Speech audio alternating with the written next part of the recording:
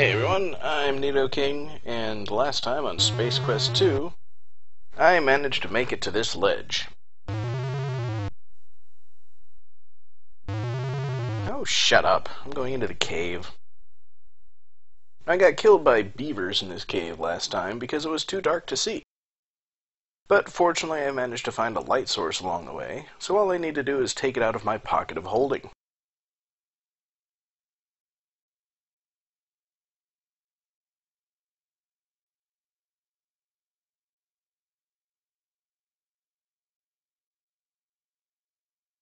And that scares the beavers away, and gives me enough light to see the rocks on the floor. Not that that really helps me find the way past them. I don't remember how long it took me the first time to realize I had to walk past at the top, even though it looks like the rocks are blocking. Yeah. Alright, yet another fatal pitfall that you can't see until you step into it.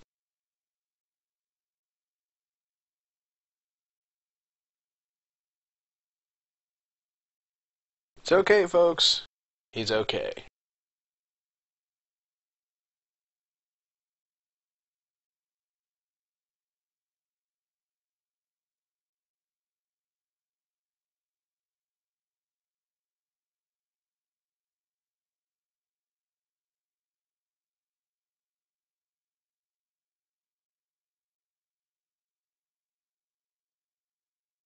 Now, I believe at this point, if you didn't rescue their friend earlier, those guys would just kill you outright.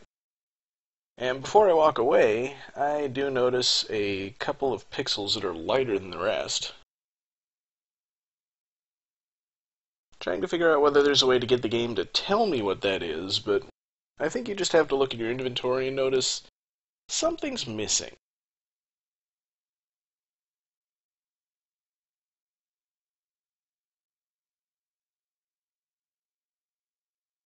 Yep, that's right. The glowing gem falls out of your pocket, or rather out of your hands when you land, and if you don't pick it up again, oops.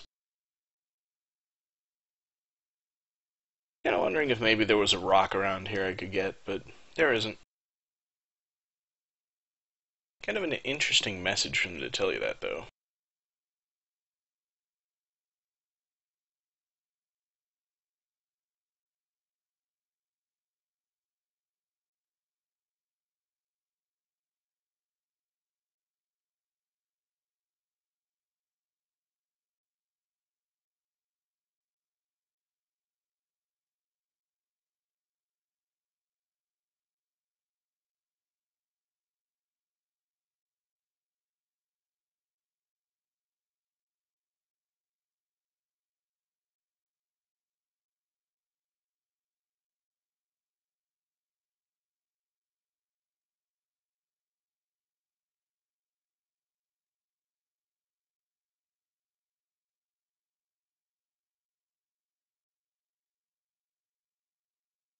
So that's the chief of the mountain dwellers.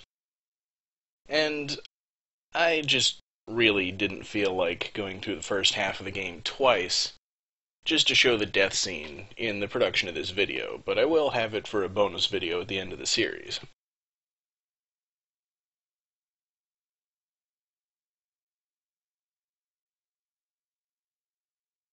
And your first time through the game, I think you'd be hard-pressed to figure out how to cross the swamp without rescuing the guy first and watching him do it. Now, some people apparently had trouble with this, but he told you exactly what to do to get through the rock, so I guess people just don't take things literally enough. But of course I found myself in a dark cave again.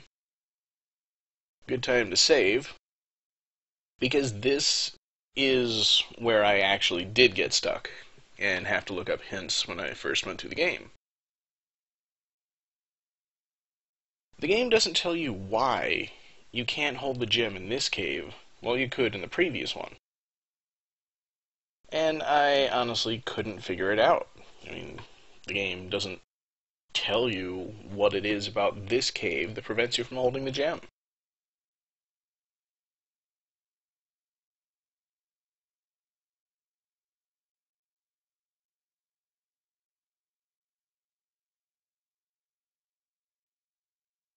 Kind of brings to light the UHF theme, I guess.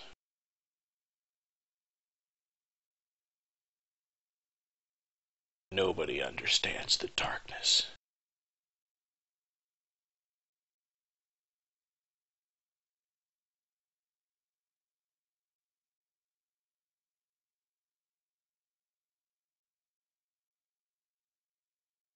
And this time, at least, we get some forewarning that something is going to happen.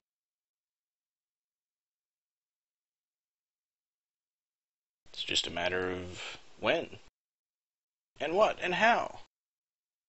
As I'm hitting arrow keys, and nothing appears to be happening. I kind of thought maybe if I just put the gem on the floor, maybe I'd be able to see my immediate surroundings. But no. I just sit here in the darkness, trying to puzzle out anything that I can possibly do that might provide me some way to get through the cave. Or at the very least, wait for those sounds to catch up with me and kill me.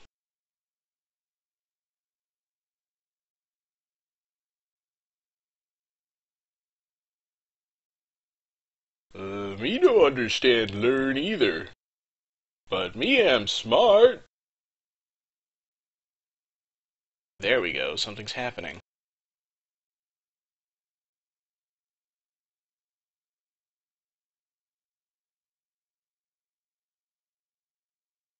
Great, I'm being attacked by an Auric XL.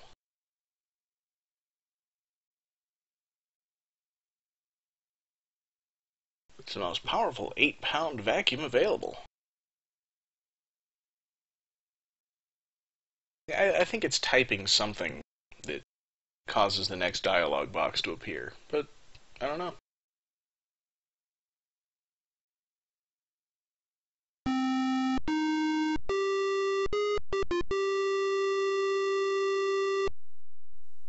So I go off, I look up a hint, and I discover you just don't hold the gem in your hand.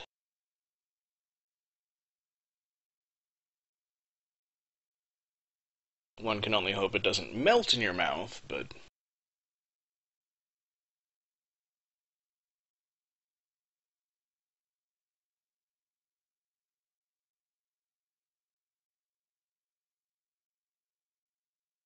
So this cave is all ladders and narrow spaces you need to crawl through.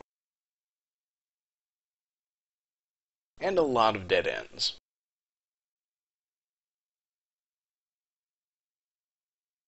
And you still hear the sounds, but I don't think you just automatically get attacked as long as you've got your light source. And I don't think the glowing gem ever runs out of fuel. So I think you're just kinda crawling along, trying to find the exit. Not that I'm actually trying to find the exit at this point. It's not hard to find if you think about it. I'm just kind of showing off the layout a little bit. Some dead ends, some loops.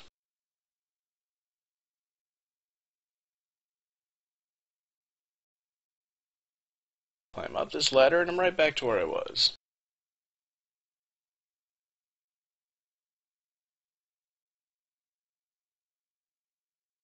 So here I'm trying to go to the left, and it doesn't work. So, alright, fine, I give up and go to the right.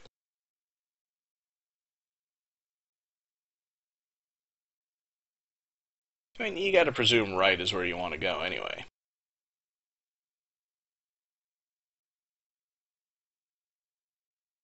And another dead end.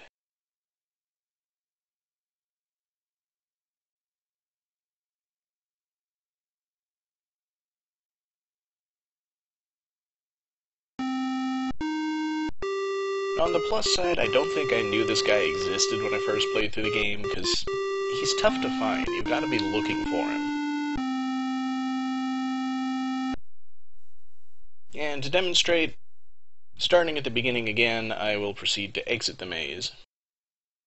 The thing you gotta remember is, you're exiting at the bottom. So really what you want to do is go down as much as you can.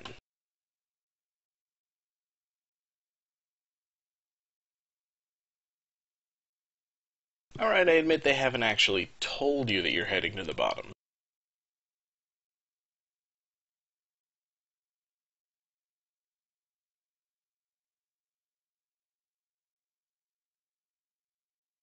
But, you start at the top left of the screen in the first area, so I think your natural tendency would be to move down and right as much as you can. And when you can't go down and right, down and left works too.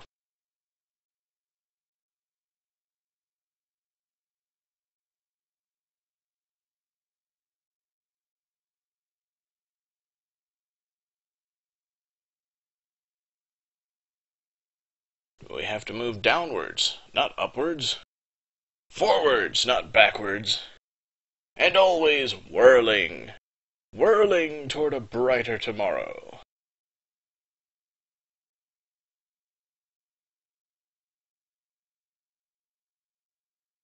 And there you go.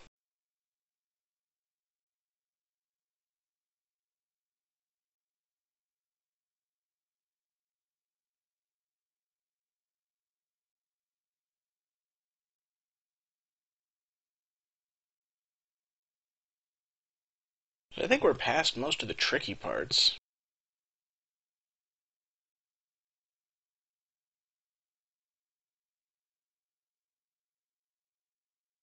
You can't drink the glowing water, but it's perfectly safe to swim in it.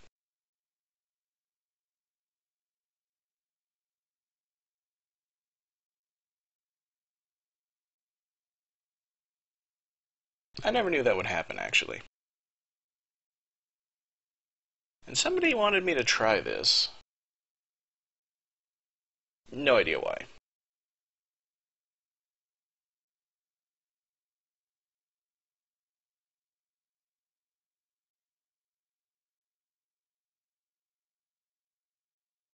Gee, maybe it's not a good idea to dive underwater if I'm gonna drown.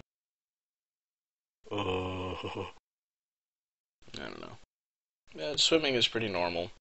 You swim a little slower if you're going against the current, but you can usually keep moving in that direction. Here I am not realizing I need to press up to move into the other channel. And we've got 2 ways to go. Well, let's take the least effort path first. And I'm looking for the point when I can't swim back anymore. Obviously I haven't reached it yet. I think around here is where you lose control of the character.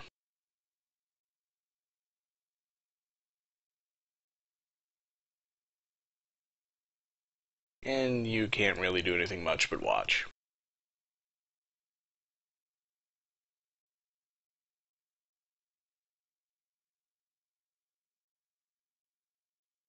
Quite a sound effect.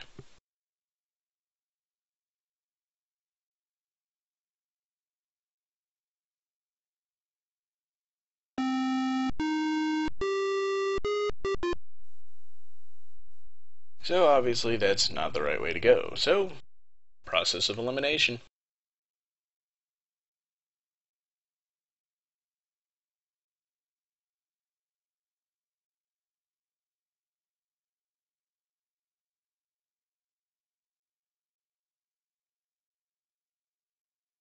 And wonderful.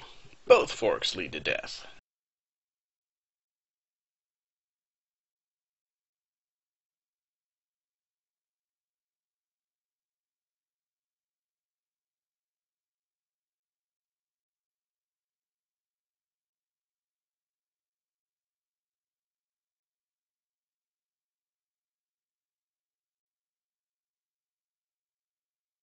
The number of fake deaths in this game has got to be somewhere up there with the entire rest of the Sierra catalog.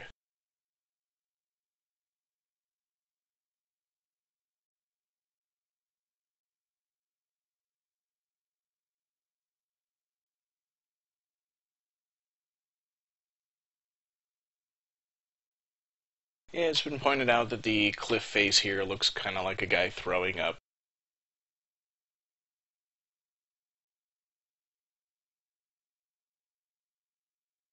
No place to go from here except to the right.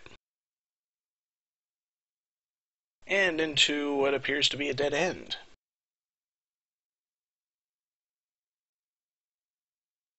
I'm going to save my game here under a temporary name, because there's something very important to show you later on.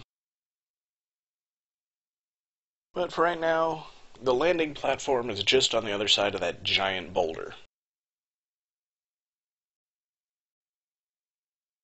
I need to find a way to get past it.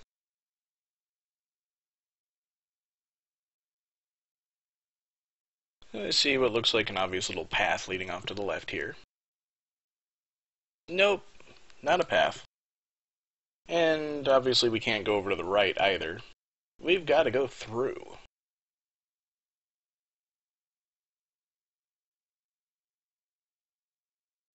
Or maybe over. Of course not. We gotta use some of our large collection of inventory items.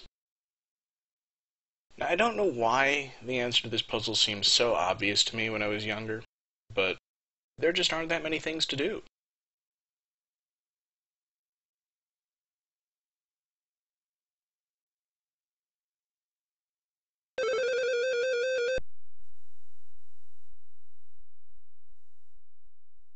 Fortunately, the game won't let you blow the whistle while you're standing too close to the boulder.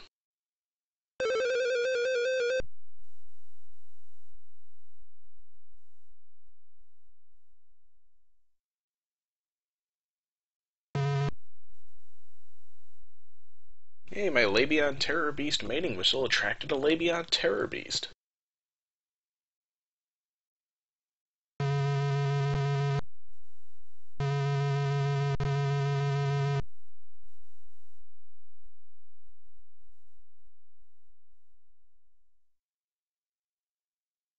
Pretty sure Murphco is a reference to Scott Murphy.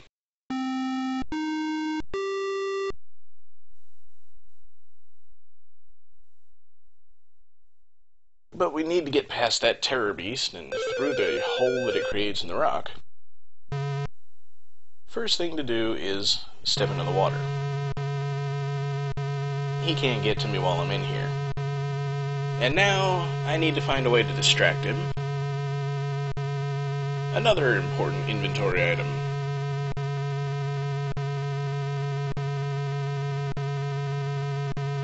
Again, why this occurred to me so readily when I was a kid, I don't know. But there just aren't that many items in your inventory at this point, so shouldn't take too long to figure out which one works.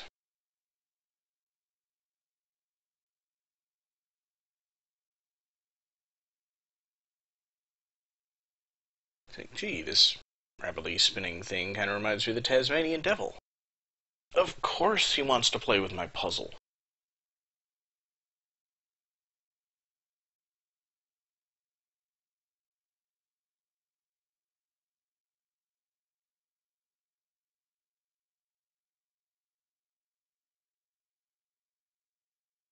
I kind of wonder whether I can take it back from him.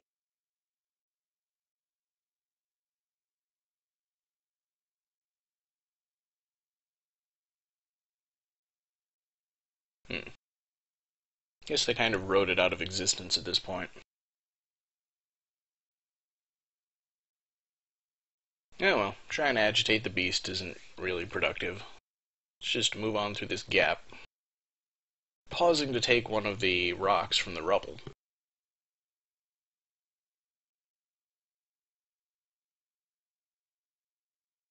There we go. You just gotta get into the right spot and he'll duck and crawl through it. And unfortunately, the landing platform is guarded.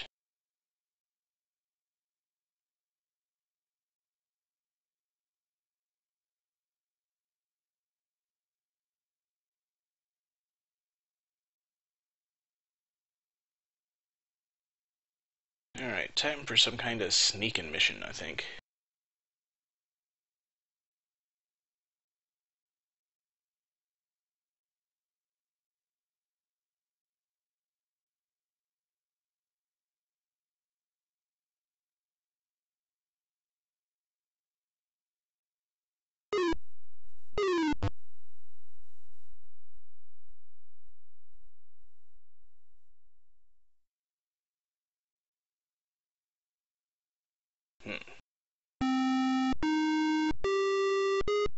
Maybe if I could throw the rock harder it would work, but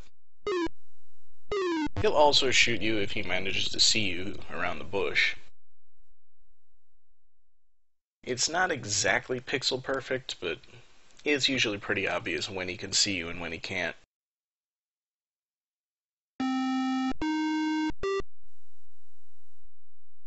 What we need to do is play David and Goliath. Another puzzle lifted right from the annals of King's Quest I.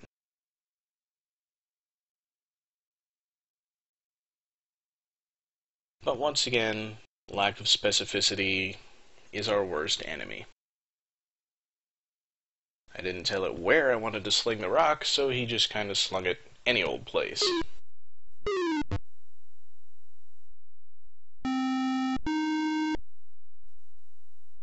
So we'll try it again.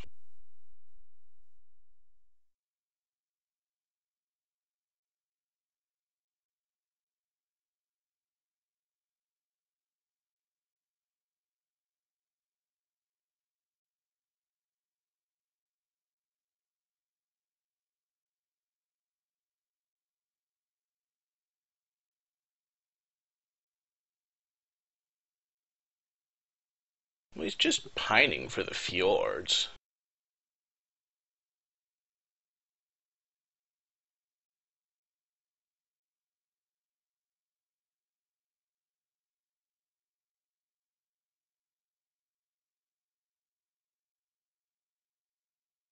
Yeah, you'd think this guy would probably have a keycard for the elevator, but no.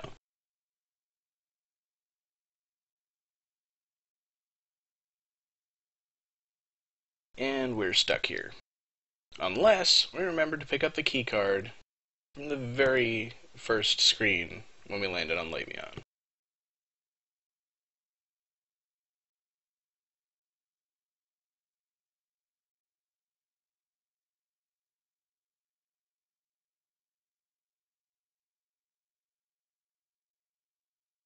And here we are, we're at the shuttle.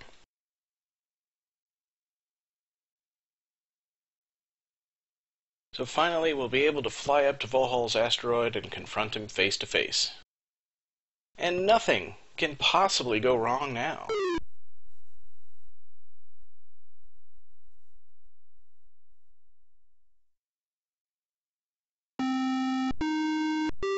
Alright, enough of that. Like I said, I've got something else I need to show you. You might remember that I told you don't need any of the items from the locker or the keycard in order to beat the game, and you've just seen me use all of those things. So what other option might there be for getting past the Labion Terror Beast? Well, quite simply, not a whole lot. I need to try to sneak past this guy, so for action scenes you want to set the speed down a bit. And the problem is that while he moves around randomly, as soon as you step on the land, he comes straight at you. But you can hide behind this bush. And while he's trapped here, I'll try to come up with my next move. Oh, that's just wrong.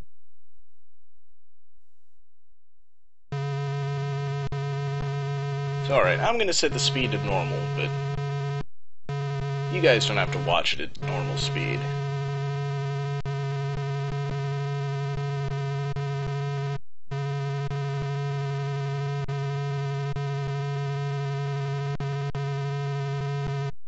Oh, almost made it that time. I know it can be done.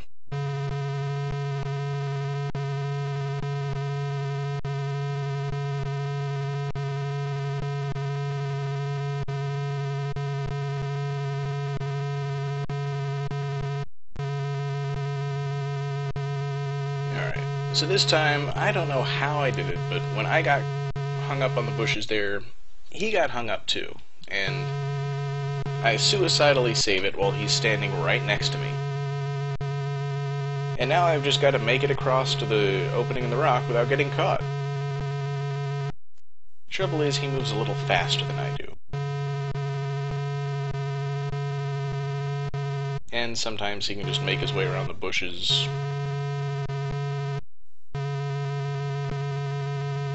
But again, at other times, he'll just get hung up on the geometry for no reason, and that gave me enough time to escape. So it can be done, it's just a huge, huge pain. So now we're at the guard, and pretending that I don't have a sling to hit him with the rock with, and I don't have a key card to get through the door, we need to be a little more creative. Now, I could again have grabbed a rock on my way through the hole in the boulder, which I could use to distract the guard, but that's not needed. And if you're very careful, you can sneak around these bushes solid snake style. And as long as you're out of his sight, I was kind of expecting him to stop in the middle and look, but he didn't. So, run for it, find another place to hide. A little slow there.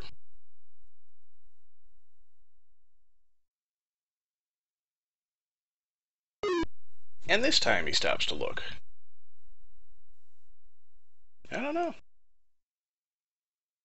think they'd keep things a bit more regular.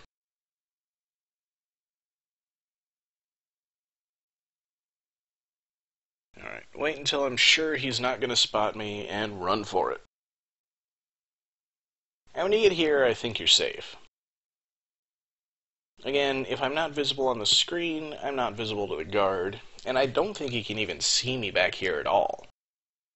But just in case, I'm going to wait until he's walking away before I run to the other pillar. And here we go. All I need to do at this point is get his attention. And you may remember when I slung the rock off into the bushes somewhere, he came down out of the elevator to see what made the noise. So I just need to make a noise. Why yelling at the guard works, but just yelling doesn't, I have no idea.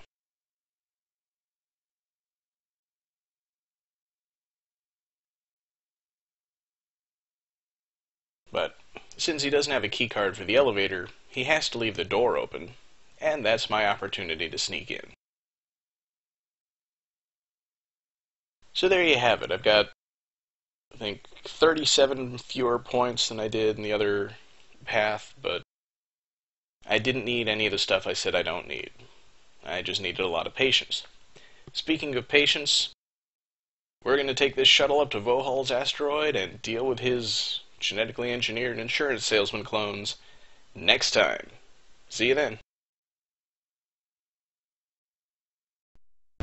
Hey everyone, I'm Nidoking, and last time on Space Quest 2, I managed to make it to this ledge. Oh, shut up. I'm going into the cave. I got killed by beavers in this cave last time because it was too dark to see. But fortunately I managed to find a light source along the way, so all I need to do is take it out of my pocket of holding.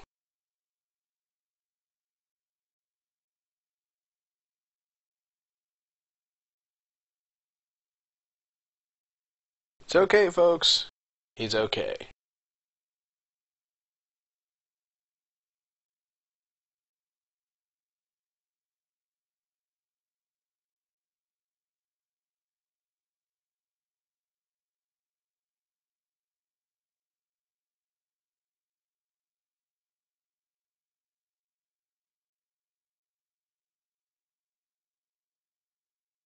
Now, I believe at this point, if you didn't rescue their friend earlier, those guys...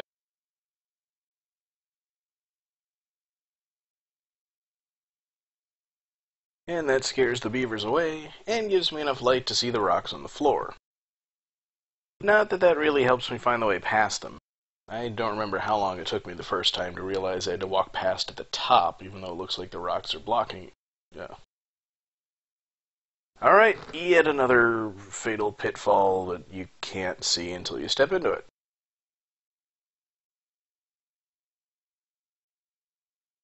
This would just kill you outright. And before I walk away, I do notice a couple of pixels that are lighter than the rest. Trying to figure out whether there's a way to get the game to tell me what that is, but I think you just have to look at your inventory and notice something's missing.